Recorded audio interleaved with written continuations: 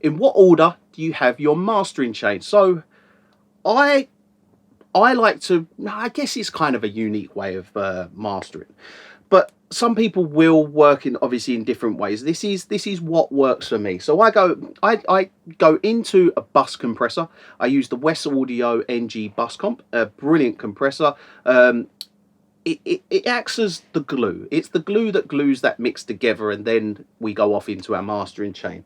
I then go into the Black Box HG2. Now, some people will say, well, you should have that right up the other end of the chain. Now, you know, I've switched this about, I've moved it around, and I've experimented with where it sounds best. And personally, what I much prefer to do, and what gives me technically a more unique sound, is I love to do my saturation before it comes out of the box. Now, the reason for this is so I come out of the box, I hit my bus compressor here, then I run into my saturation section. And in the saturation section, I have the HG2 and I also have the Portico 2. So here I kind of, what I achieve at this stage is I almost take what is a digital mix and I give it, let's call it that glow, that warmth. I apply that here. This is where I get that kind of, that real kind of analog tone. So that's what I'm using this for at the start of the chain. Now, the reason I have it at the start of the chain is because I want to set the sound. I want to set this kind of analog tone that then goes off into the rest of the chain. The Portico 2 is used in quite a unique way. It's not necessarily used how it's supposed to be used. And lots of people ask me about this all the time because I don't use it as a compressor. I don't like it as a compressor. Or rather, the compression on the Portico 2 isn't bad. There's nothing wrong with the compression. It's just I've got better compressors.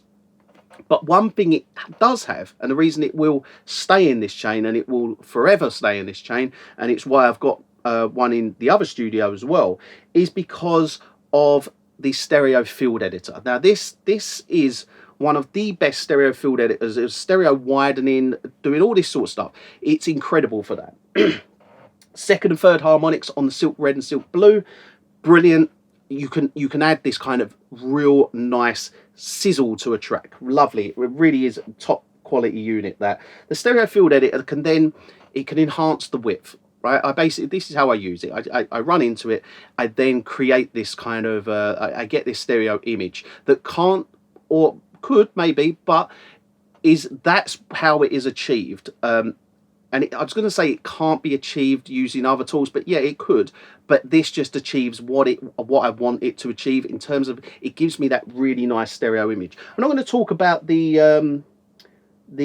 Roger Mayers because I've actually removed that. I'm not going to be using that 500 series Roger Mayers anymore, so I'm not going to talk too much about that. And the reason why I'm removing it is I don't want 500 series modules in my mastering chain, so I'm going to remove that. It's a touch noisy as well. It does add quite a lot of surface noise, so we're taking that out. Then I go into the Vertigo, which, you know, I only use that for one simple purpose: little nudge on the airband, and also a tiny nudge on the low end around the 40 hertz, and just to give it a little bit of oomph. I then run into this section, which is basically my mid-side rack. Now I have the Gemini down here, the SPL Gemini. Now what that is it's a mid-side box with an elliptical filter, so I can basically a mono maker, and it's used to set the kind of the stereo image. It's a case of I can increase the mid so I can give it more down the middle, or I can increase the width and give it more in the sides. I can tailor that, and I can move that around so that I can bring in the sides or bring up the mid or increase the sides, whatever. Very good for that. It's also got mid-side, so I can insert this whole mid-side chain. Now, one thing it has got that's really good is the solo of the mid and the solo of the side. Now, the reason I like that, solo that, then I can just work with the mid. So I can get my mid sounding so much sweeter because I'm able to solo it. Now, obviously, a lot of plugins have this feature. Brilliant. Most Plugin Alliance plugins have that feature. It's really good to be able to do, because you can really tailor that mid. You can tailor exactly how that kind of, not necessarily a mono signal, but how it sounds down the center. You can then also solo the sides, look at the sides, tailor the sides exactly how you want it. I then go into the Kush Clariphonic. Now that is basically kind of four high shelves? I think it's 6 actually. So it's 6 high shelves that you can select between. You can select 2 at a time. And I've got that also mid-side, so I can utilize this high shelves. Now the reason I have this is because with the PQ, which is actually before the Kush Clariphonic, it doesn't have shelves. So I'm able to apply shelves with the PQ. So the PQ is actually before that Kush Clariphonic. And the PQ I use as my it's a mid-side. It's basically I use it as a mid-side EQ to as my surgical EQ. I can carve out anything that I want to carve out. I can enhance anything I want to enhance. I can get it's an incredible EQ. 5 bands, perfect. It really is. Next in that chain, I have the Elysia Envelope. Now the envelope is also in mid-side. And the reason for that is I don't want to adjust the attack on the sides. I just want to adjust the attack down the middle. So what that does is it gives me the ability to turn the attack up and get this punch down the middle, this snap down the middle. And it works brilliantly. It really is. It's so much better to use the Elysia Envelope in mid-side rather than in stereo, and you know, I can switch it into stereo link and kind of hear the difference, and there's a huge difference. So then I go over here where I have the Buzz REQ 2.2. This is used as my kind of stereo EQ. That it's like my workhorse EQ. It's my EQ that kind of does it all, and I use that basically just as you would a normal EQ. It's an EQ, 4 bands, brilliant, does exactly what I need it to do. EQ.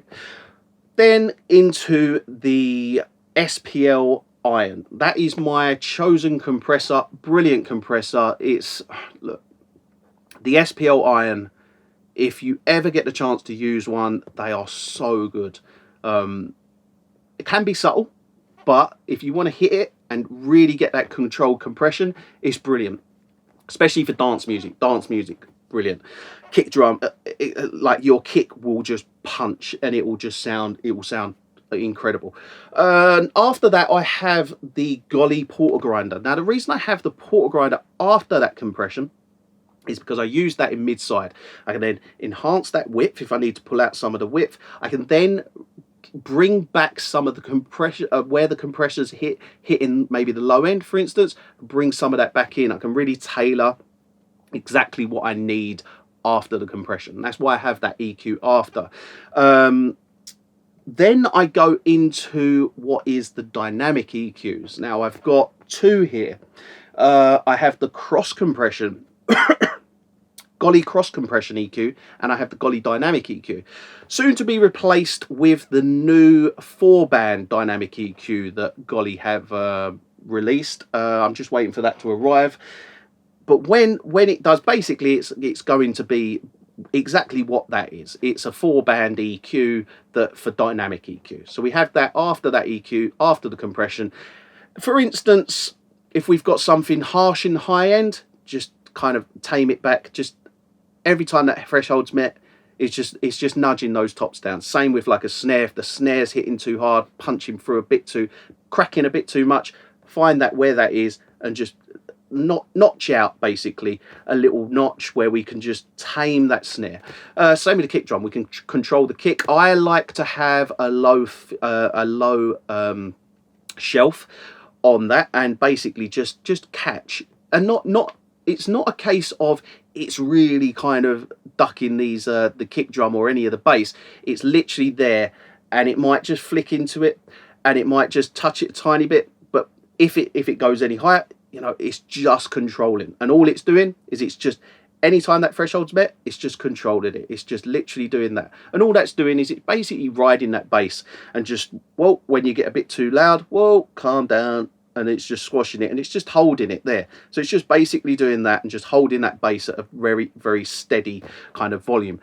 Next, I run into something that is quite incredible. It is the Hum Audio Low. That is a look ahead analog limiter. Incredible piece of kit. Honestly, the best limiter you will ever hear. Makes a huge difference to a track. Very, very expensive, around 9 grand, so not cheap, but you kind of get what you pay for. It's premium quality. And look, when it comes to limiting, limiting is a very, very big aspect of mastering. I've compared it directly with other limiters in the plugin world. It's nice to be able to do look ahead limiting out the box, and that is the one to have. Also, a really nice feature it has is the stereo width on it. So once you get to the end of the chain, now I said to Christoph recently when I was having a conversation with him, who's the designer of this, and I said to him I didn't know I wanted that stereo width knob at the limiting stage. I didn't know that when I got to the end of the chain that I would really benefit from this. It has it, and quite honestly, it's brilliant. I mean, you can literally get to the end of your chain, you've finished your chain, you're hitting your limiter, and then you can just bring out that width. Really good feature. So then I go back into the box through the Burl converters, and that's basically the chain that I'm running at the moment. And look, I change the chain every now and then. I have these 2 units are coming out very soon, and I'm going to replace those with a 1951 Audio Tales EQ, which is basically a low and high end enhancement tool. Really, really clever box. Then basically it's going to replace these, but what I use the VSE for is the 40 hertz in the low end, and I use a bit in the airband, so it is directly replacing what I require that EQ to do. But this is a very specific EQ that is designed to do exactly what I want it to do, what I use this Vertigo VSE.